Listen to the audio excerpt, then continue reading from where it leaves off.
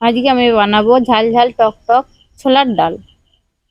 তো বন্ধুরা কিভাবে বানাবো আপনারা দেখতে থাকুন। প্রথমে আমি ছোলার ডালটা সেদ্ধ করে নেব। তার জন্য পরিমাণ মতো জল দিয়ে দেব। ডালটা দিয়ে দেব কোনার মধ্যে।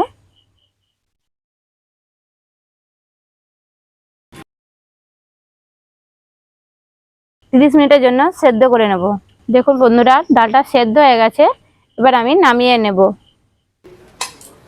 ছোলার ডালটা ছোকার জন্য যা যা উপকরণ নিয়ে নিয়েছি, একটা টমেটো কেটে নিয়েছি, আদা জিরে বাটা, শুকনো লঙ্কা, জিরে, দালচিনি, এলাচ, লবঙ্গ, কারি পাতা, তেজপাতা আর টমেটো সস, তেঁতুল ভিজিয়ে রেখেছি।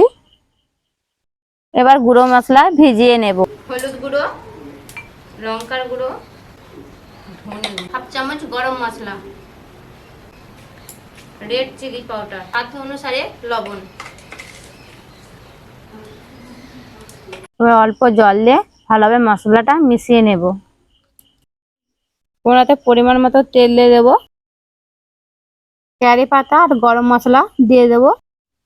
এরপর আদা জিরে বাটা দিয়ে দেবো, দিয়ে হালকা ভেজে নেব। আদা জিরে বাটা হালকা ভাজা হয়ে গেছে। এবার টমেটো দিয়ে দেবো।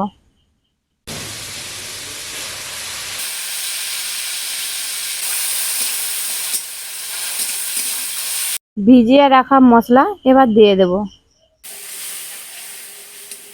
এবার মশলা ধোয়া জলটা দিয়ে সস দিয়ে দেব। মশলাটা ভালোভাবে কষিয়ে নেব।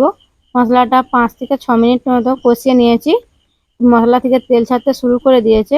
এবার আমি ডালটা দিয়ে দেব।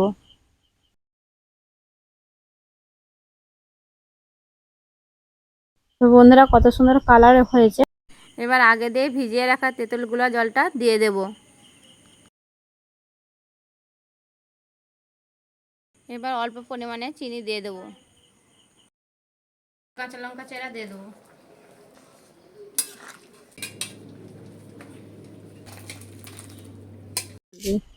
টক টক ঝাল ঝাল ছোলার ডাল রেডি হয়ে গেছে। বন্ধুরা আপনারাও কিন্তু এইভাবে টক টক ঝাল ঝাল ছোলার ডাল বাড়িতে বানিয়ে খেতে পারেন। অবশ্যই আপনাদের ভালো লাগবে। তো আজকের মতন এই ভিডিওটি এখানেই শেষ করছি। দেখা হবে অন্য কোনো নতুন ভিডিওর সঙ্গে। Bye bye.